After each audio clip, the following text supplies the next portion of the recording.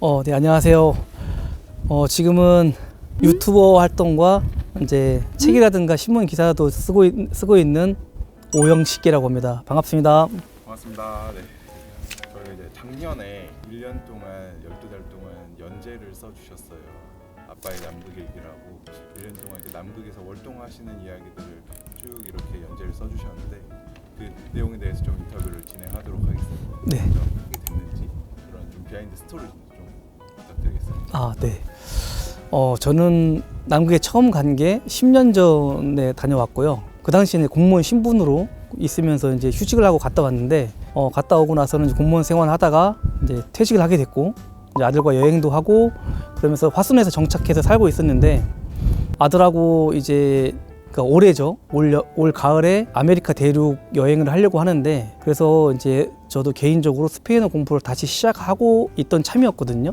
근데 그러다 보니까 이제 제가 갔던 남극 세종기지 같은 경우는 주변에 남미 기지들이 많이 있다 보니까 스페인어를 활용해서 이제 교류 활동하거나 그다음에 친분을 쌓을 기회가 되게 많거든요. 그러면서 자연스럽게 그러면 세종기지 다시 한번 가볼까라고 고민하게 됐고, 이제 또 그러면서 또 한편으로는 뭐가 있었냐면은 아들이 초등학교 1학년 때부터 이제 저랑 이제 생활을 하고 있었는데, 이제 아직 사춘기가 아직 오지 않았는데, 사춘기가 오기 전에 엄마랑도 1년쯤 살아보면 괜찮겠다. 물론 지금도 계속 자주 보고 있고 하지만은 또 계속 사는 거랑은 또 다르니까요.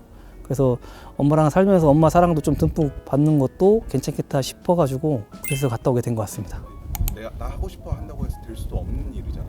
어떻게 이제 어떤 신분으로 그렇게 가신 건지 좀. 저는 원래 대기과학을 전공해가지고 10년 전에도 대기과학 연구원으로 갔었고요.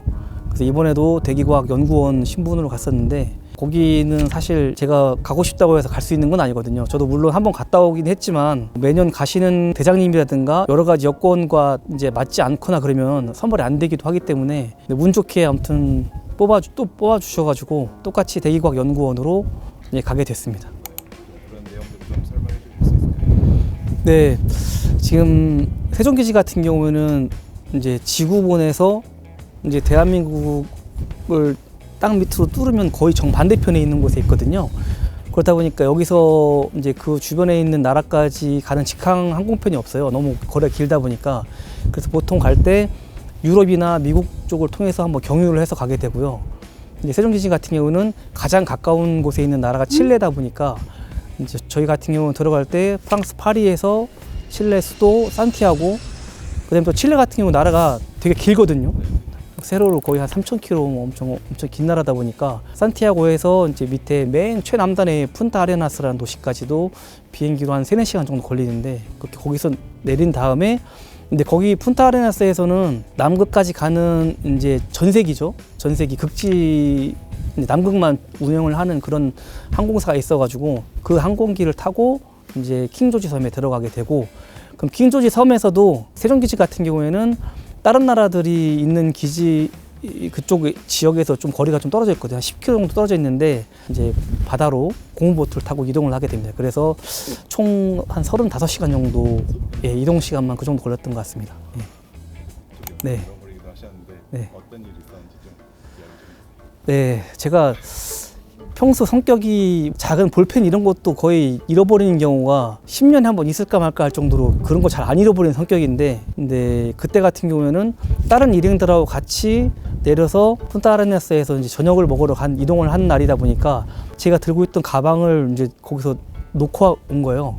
근데 그날이 이제 토요일이어가지고, 근데 그 다음날 일요일인데 일요일날 문 닫는 식당이 또 많이 있잖아요. 월요일날 아침 비행기로 저는 남극을 다시 들어가야 되는 날이고 한데, 거기서 만약에 제 여권을 못 찾거나 그러면 이 상황이 굉장히 꼬이게 되거든요. 정말 그때 너무 걱정을 많이 했던 것 같아요. 그날 새벽에 잠을 한숨도 못 잔 것 같아요. 이걸 어떻게 해야 될까 하는데 아무리 생각해도 방법이 없는 거예요. 그런데 그 다음날, 그래서 다른 일행들은 그 근처에 다른 데 이제 견학한다고 아침 일찍 차량으로 같이 이동을 했는데, 저는 말씀드리고 그 남아가지고 식당이 여는 시간을 기다렸다가 갔는데 다행히 제 가방이 있더라고요. 그래서 정말 그때는 그런 일이 한번 있었습니다. 네. 또 들어가면서도 고무보트를 타고 배를 타다 보면 이제 파도가 워낙 세다 보니까 네. 짐이 빠지기도 하고 그랬다고 하던데. 네. 저희가 흰조지섬에 내려서 그 해변부터 세종기지까지 거리가 직선거리로 한 10km 정도 되는데 그 중간에 있는 데가 맥스웰만이라고 해가지고 거기는 날씨가 좋은 날도 항상 파도가 많이 치는 날이에요. 근데 저희가 들어간 날이 배를 운항 가능한 정도 수준에서 아무튼 바람이 좀 많이 부는 날이었거든요. 이제 들어가 있는데 도착해 있는데 전차대죠. 저희보다 1년 먼저 있던 그 대원들이 갑자기 무전기를 주고받는 소리가 엄청 소란스럽게 들리고 하더니 무언가 심상치 않은 소리가 들리는 거예요. 그러더니 좀 있다 보니까 캐리어가 다 빠졌다고 하면서 기지에 있던 다른 대원들까지 같이 다른 보트로 해서 추가로 이제 건지러 출동을 했는데 그 몇 시간 동안 그 가방 못 찾았어요. 몇 개밖에 다 떠내려가고 막 이래가지고. 다 찾은 거예요? 예, 다행히 다 찾았습니다. 예. 시작부터 되게 좀 고난이었겠네요. 네. 네. 그리고 또 직군도 되게 다양했어요. 네. 네, 월동대는 이제 18명으로 구성되는데요. 대장님과 총무님은 국지연구소 직원 중에 선발이 되고 나머지 16명은 이제 공개 선발과 뭐 기관 파견자도 있고요. 그렇게 구성이 되는데 이제 연구원 같은 경우는 6명. 그래서 대기과학, 고층대기, 생물, 해양, 지구물리, 그다음에 이제 기상대원 해가지고 6명이 이제 연구반 대원으로 분류가 되고요. 그 다음에 요리사, 의사, 통신대원, 총무님 해서 여기는 총무반으로 구성되고 나머지는 이제 유지반으로 분류가 되는데 유지반 같은 경우에는 중장비대원도 있고요. 그 다음에 전기설비대원, 발전기대원, 그다음에 해상안전대원, 기계설비대원 2명씩 근무하는 이제 파트도 있다 보니까 그렇게 해서 유지반 같은 경우는 이제 7명이 이제 소속되게 됩니다. 좀 활동하면서 가장 힘들었던 고비가 있었다면 어떤 게 있었을까요? 그러니까 오히려 처음부터 그런 생활을 몰랐으면 괜찮았을 것 같은데 저 같은 경우는 10년 전에 한 다음에 두 번째 가다 보니까 확실히 10년 전보다는 지원이 굉장히 많이 줄었거든요. 예전 같은 경우에는 식재료 같은 것들이 되게 많았어요. 그래서 한 10월, 11월쯤 되면은 이제 남는 식자재가 굉장히 많아가지고 그거를 뭐 다른 기지에 선물한다거나 그렇게 처분하는 게 일이었을 정도로 그렇게 많았는데 지금은 거의 딱 맞게끔 보급을 하는 것 같아요. 그러다 보니까 중간에 무슨 일이 생기거나 아니면 식자재에 무슨 문제가 생기거나 그랬을 때는 대원들끼리 사기조가도 많이 되고요. 예를 들면 계란 같은 경우는 보관을 아무리 잘해도 한 6개월 이상 보관하기 힘들거든요. 그럼 이제 한 여름쯤 한 6월이나 7월 뭐 이때쯤 되면은 계란 같은 건 다 떨어지고 하다 보니까 누가 더 많이 먹고 뭐 이런 걸로 이제 좀 서운해하기도 하고 뭐 그런 경우도 많이 생기는 것 같아요. 이번에 중간 보급이 없다고 해서 다 포기를 하고 있었는데 이제 칠레 기지에서 이제 쇄빙선이 이제 들어온 거예요. 기대를 안 했는데 중간에 쇄빙선을 통해서 잠깐 이제 얼마 정도 이제 채소하고 계란을 보고를 받았거든요. 그때 정말 기분 좋더라고요. 그때도 이제 그걸 가지러 가는 날이 이제 날씨가 그렇게 좋은 날은 아니었는데 물살을 헤치면서도 기분이 되게 좋았던 것 같아요. 네. 공지라고 하죠. 네. 남극에서도 겨울이 오면 네. 남극 같은 경우에는 이제 우리나라랑 반대로 남반구에 있다 보니까 6월 21일이 동지거든요. 그래서 이제 겨울철이 되면 남극 같은 경우는 해가 아예 안 뜨는 지역도 있지만은 세종기지 같은 경우는 남극점에 비해서는 유도가 좀 낮기 때문에 그래도 낮 동안에 해가 뜨긴 뜨는데 몇 시간 안 뜨거든요.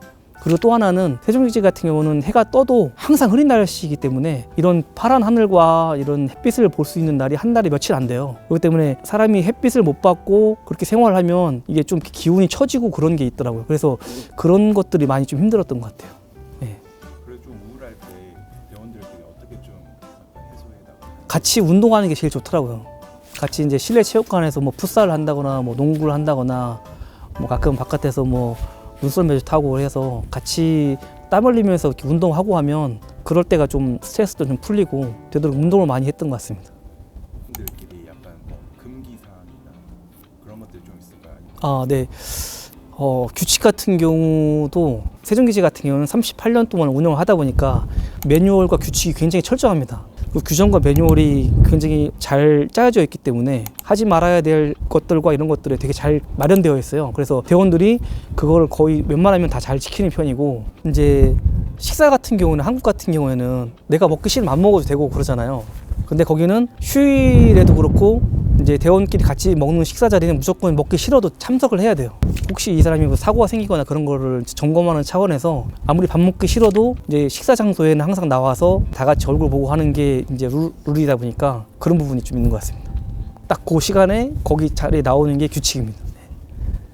이제 세종기지에 도착했을 때 고무보트에 내려서 부두에 처음 올라갔을 때부터 저는 기후변화를 실감을 했거든요. 거의 모든 나라의 사람들이 한국에 대해 관심이 굉장히 많다는 걸 느꼈어요. 한식에도 관심이 많고 한국 영화 드라마에 대해서 다 알고 있고 K-뷰티 아들을 몰래 만나러 가려고 하다 보니까 제가 온 걸 들키지 않아야 돼서 그런데 남들처럼 잠깐 관광으로 오는 거는 그럴 것 같은데요. 그곳에 1년 있는 거는 또 다른 얘기더라고요. 정말 쉽지 않다는 거를 느꼈고 그 말씀을 전해주고 싶습니다.